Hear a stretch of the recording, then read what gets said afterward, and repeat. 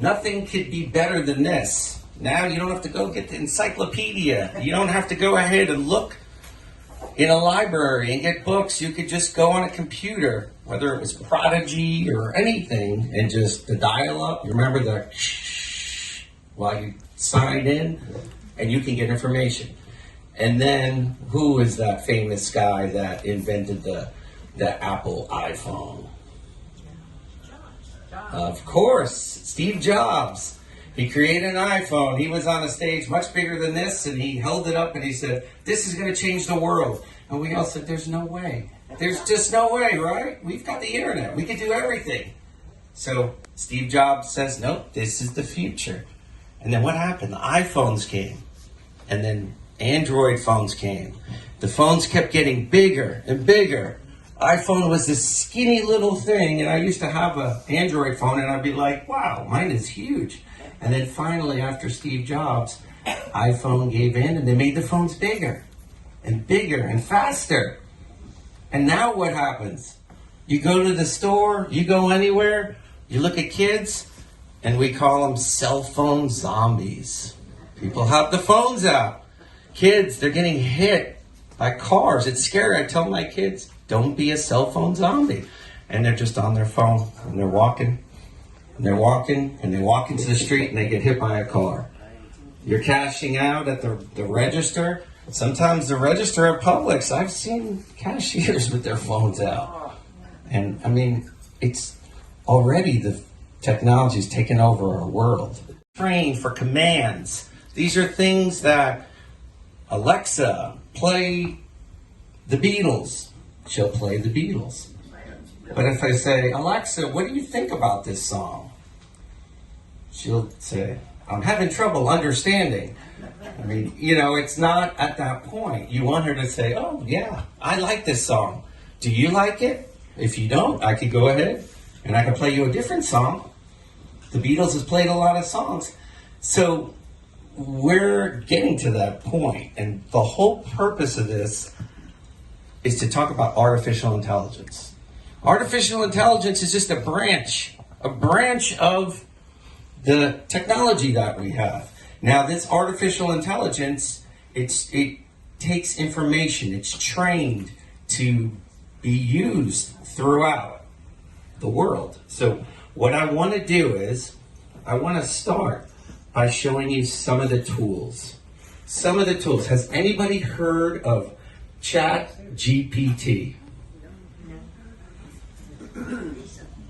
So there are other things. There's ChatGPT, then they say ChatGPT 3, and now ChatGPT 4. It's a fancy word. That Google came out with something called Baird. Talk about an ugly name. B-A-R-D. And then Bing came out. But they're all using something called open source. It's ChatGPT 4. It's technology that they're using. So it's like the internet. There's all these different things that people could be using, but bottom line, they're using the internet. They're all the same. And it's scary because that database that they're accessing, this has been around for quite a few years, and it's almost like it's growing and growing and growing. This is just the tip of the iceberg. So let's start off with a quick little clip from essays, philosophical questions, even therapy. ChatGPT. Essays, philosophical questions, even therapy. ChatGPT is a computer program that will write whatever you want quickly and convincingly, and with better grammar than a grade school teacher. The big change is the existence of a paragraph is no longer evidence of human thought. NYU Media Studies professor Clay Shirky says ChatGPT isn't actually thinking, but using a form of predictive text, like we have on our phones, but on steroids. So if I say to you, "Happy birthday, I baked you a cake," you know exactly what to fill in. All that data allows the program to achieve astonishing results, passing a graduate-level test at the prestigious Wharton School of Business, managing a C+ on exams at the University of Minnesota Law School. The potential for cheating causing a growing number of school districts, including New York and Seattle, to ban artificial intelligence on school devices. OpenAI launched ChatGPT 2 months ago, getting billions of dollars from Microsoft to help develop it. The company writing, "We don't want ChatGPT to be used for misleading purposes in schools or anywhere else," adding that it's working on ways to identify AI-generated text, which is what 22-year-old Princeton student Edward Tian has already done, developing an app being embraced by teachers. We've seen lots of teachers try out and see wow, it works. Sometimes it confirms suspicions they've already been having of the students' writing suddenly changing. Tian says he doesn't support banning the use of AI in schools and even uses it himself as a sort of rough draft when writing computer code. It's really good at getting me started, but at the end of the day, you have to finish the job yourself. The powerful technology can be a constructive tool if used the right way. Should educators be freaked out by this? I mean, freaked out, no, but really the answer is change your assignments to reflect the fact that you're in a world now that has a personal calculator for words. Just to give a sense of what it can and can't do, we told ChatGPT, write a TV news correspondent toss back to the anchors at the end of a story about AI, and this is what it gave us. Okay. Thanks for joining us on this story about the advancements in artificial intelligence. As we've seen, AI is rapidly changing the way we live and work, and it's important to stay informed about the latest developments in this field. Back to you in the studio. Wow. Scary stuff. So that's just the tip of the iceberg. And what I want to tell everybody, we've got now a lot like SATs and other things like that. You know, kids are allowed to use calculators. I mean, calculator. Remember when the calculator came out? It was like, wow. Now kids could use calculators. Kids could use scientific calculators and other things that you would say, how is that legal? But guess what?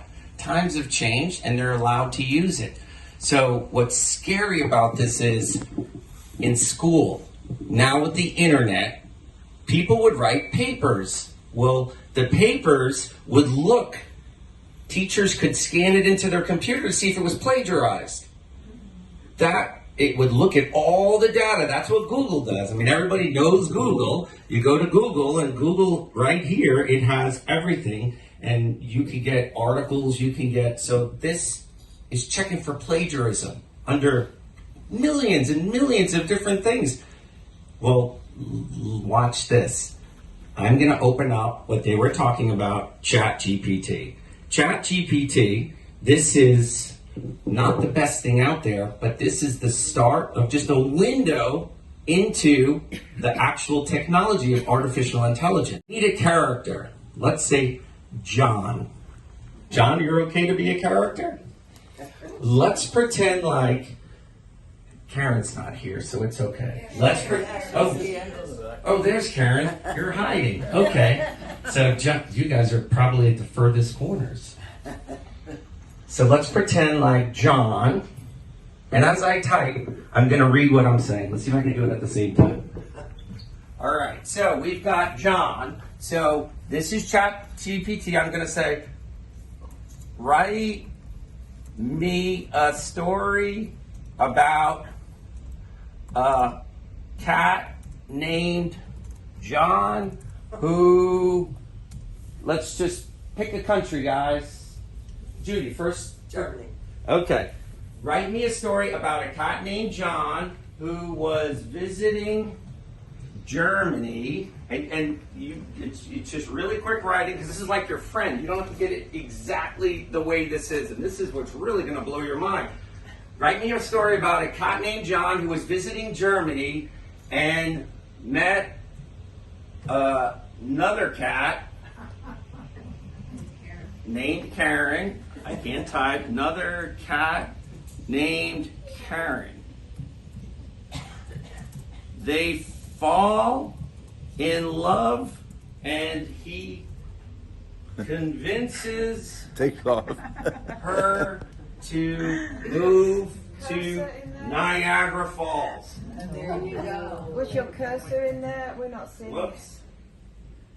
Met another, thank you, Germany, and met another cat named Karen, and he convinces her to move to Niagara Falls Can you put an N on Karen? after they fall in love. I will check it really quick. Where's Karen? Here we go, Karen. So and you can see there's the spelling, the type. I just typed it really, really fast because she doesn't care, or if it is a she. So it basically comes up. Now this is really gonna be amazing. Every time if I did this again, it would give me a totally different story. I mean, it's crazy. So it's writing this whole long story. Once upon a time, there was a curious cat named John who loved to explore new places. One day, he decided to take a trip to Germany to see the sights and experience the culture. He traveled all over the world. See, it's typing faster than I am. Here we go. He traveled all over the country, trying new foods and meeting new animals along the way. One day, while strolling through a park, John noticed a beautiful cat named Karen sitting on a bench. They struck up a conversation, and John learned that Karen was also a traveler, but she was feeling a bit lost and unsure and where to go next. John, and I'm not sure if I think I misspelled your name, but sensed that Karen was feeling down, so he offered to show her around the city and keep her company. As they spent more time together, John and Karen began to develop feelings for each other. Ooh. They enjoyed each other's company so much that John decided to ask Karen to come with him to Niagara Falls. At first, Karen was hesitant, but John was persistent and convinced her that it would be a wonderful adventure. So they packed their bags and set off on a long journey to Niagara Falls. Along the way, they encountered many obstacles and challenges, but they faced them together and came out stronger than ever. When they finally arrived at Niagara Falls, they knew that they had found their forever home. They settled, and you can see the story goes on and on. This is the last paragraph. They settled down in a cozy little house near the falls and lived happily ever after. John and Karen continued to explore the world, but they always came back to their little slice of paradise in Niagara Falls. And every day they were reminded of the love that had brought them together and the adventures that had brought them to where they were. Now, continuing and it's remembering, I could go ahead and I could say, you could do a follow-up question and you could say, can you make the story much smaller and talk also about John's favorite red car? You just throw things in. So she will shrink it all down, and I will see if this looks a lot smaller, which it should.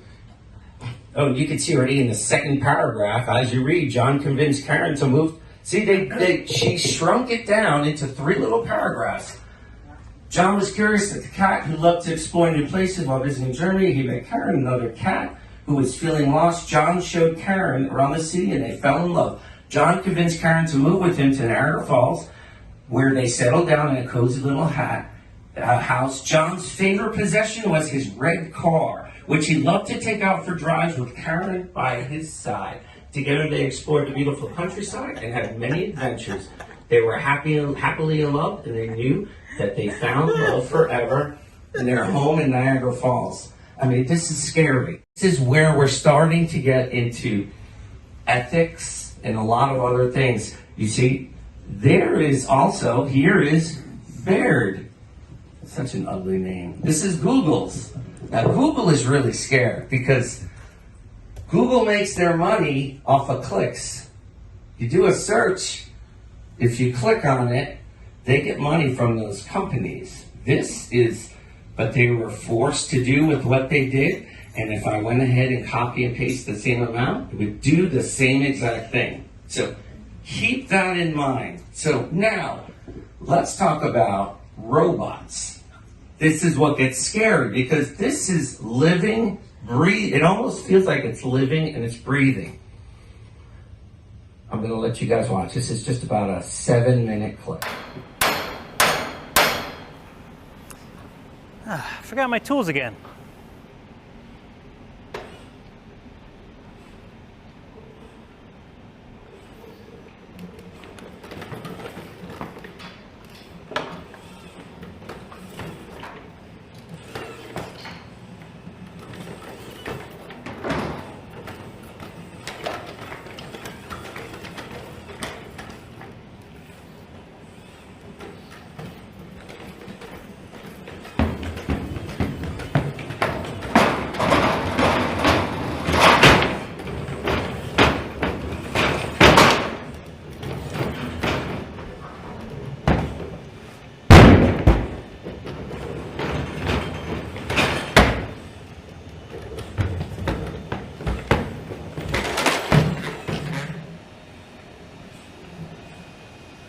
Such a show off.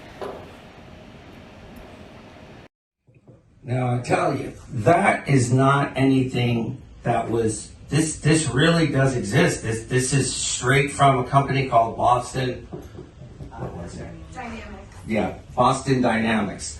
What happens is we've got a lot of, when you start getting this stuff that we've got where it can actually, now you're taking the mind and you're putting it into the robot, it kind of starts to get scary because now the robot is mobile, and that right there, you're going to start seeing more and more robots out there for, I mean, you could go on the Harmony, Royal Caribbean's Harmony, and I think the Oasis, and there's a few other, but they have a bartender that's a robot. It's got the arm that comes and it pours a drink for you, but that's more of like, hey, that's pretty looking. That's something that will help in the construction world and a lot of other things. It's really scary what is about to happen. Towards digital superintelligence that far exceeds any human. I think it's very obvious.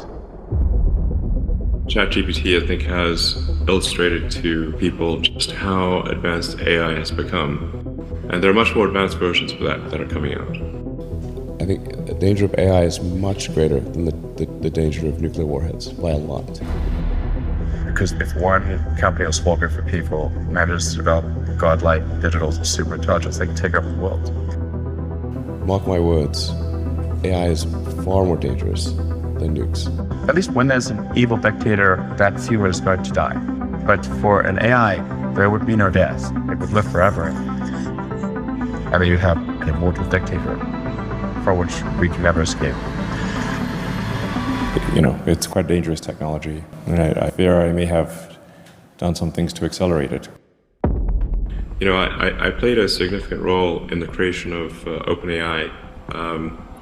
Essentially, at the time, I was concerned that Google was not paying enough attention to AI safety, and so I created OpenAI. And although initially it was created as an open source nonprofit, now it is closed source and for profit. The average person, they don't see killer robots going down the streets.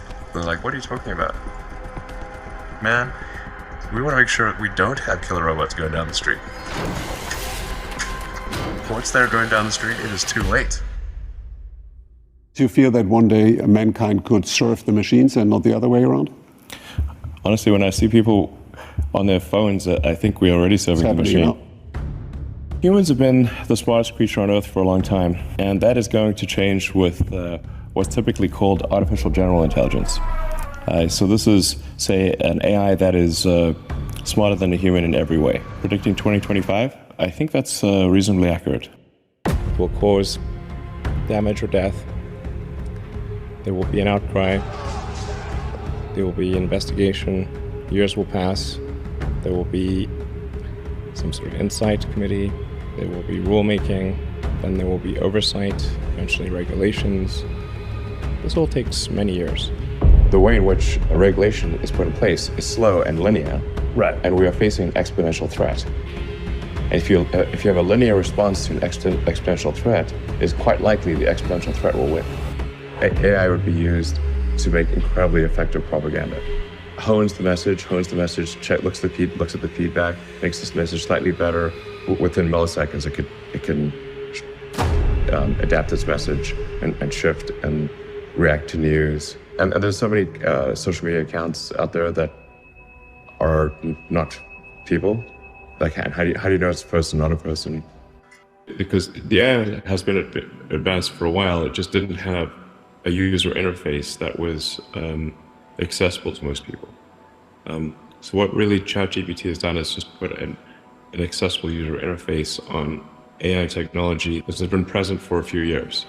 I think digital superintelligence will happen in my lifetime. 100%. So that basically, it does say that it is scary, and Elon Musk, and there's also a lot of other people like Bill Gates and some other people that are saying we need to put a pause on this technology. We need to wait till the rules and the regulations come, because right now, when I write that question, all I have to do is about John, right click, copy, paste, and guess what? I ask more, and there's no way that whoever's reading it knows. There's no watermark, and that's what's really scary, because it's basically, there's no sense of anything that shows where this information came from.